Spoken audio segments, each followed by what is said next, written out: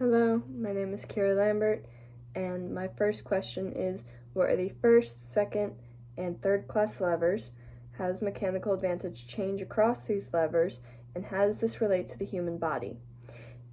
A lever is a rigid or semi-rigid body, which would be a bone, acting with a pivot point, or fulcrum, which in this case of the example would be a joint, which works against a resistive force using a muscle force, which if we're using an example, the muscle force would be the biceps, the fulcrum would be the elbow, the resistive force would be the forearm, and the lever would be a bicep curl.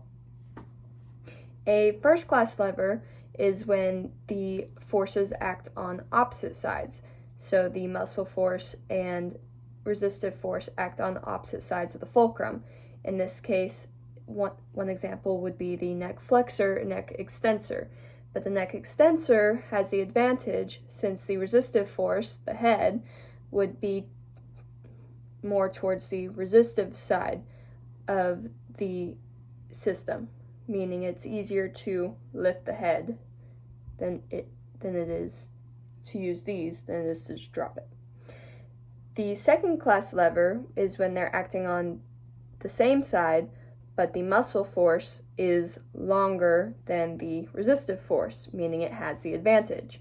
In this case, plantar flexion using the calf muscle would be a good example of an advantageous muscle force, the calf having more of an advantage against its resistive force. A third class lever is when they're acting on the same side still, but now the resistive force has the advantage. In this case, a bicep curl or elbow flexion would be a good example of that.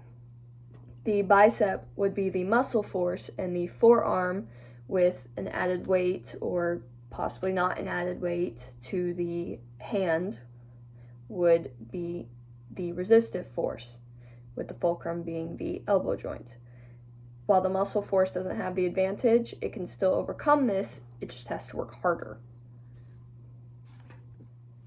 My second question is, consider figure 2.10. A list and illustration of major body movements. Demonstrate a sample list of basic joint movement with the correct biomechanical terminology to describe movement. The planes that are used would be the sagittal plane, which cuts straight down the middle between the eyes and cuts the body into right and left pieces. There's also mid-sagittal planes, which cut from the farthest point to the middle, find that middle line, and cut through it. The transverse plane is cutting parallel to the floor. Any place it can cut. Usually at the hip, it'll cut when referring to the transverse plane.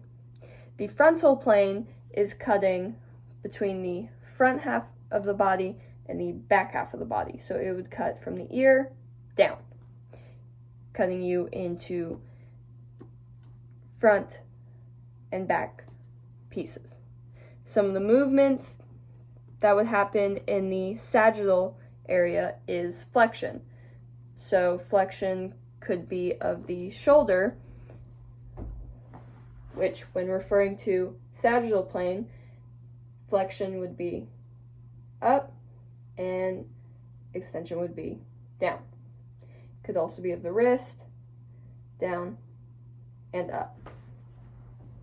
When talking about the frontal plane, you could do abduction and adduction. Abduction is when, let's say, with the shoulder again, moving up. That would be an abduction. An adduction is when getting closer to the body, so going down. When talking about the transverse plane, you could also do an abduction and adduction, but instead of moving up and down per se, you would move side to side. So an abduction, when looking at it, would go out. An adduction would go from out to in. These movements can go across the planes. Another one, like in the examples that I used for the levers, the bicep curl would move along the sagittal plane, going straight up. Plantar flexion would also go along the sagittal plane, and the neck flexors and extensors would also move across the sagittal plane. Thank you.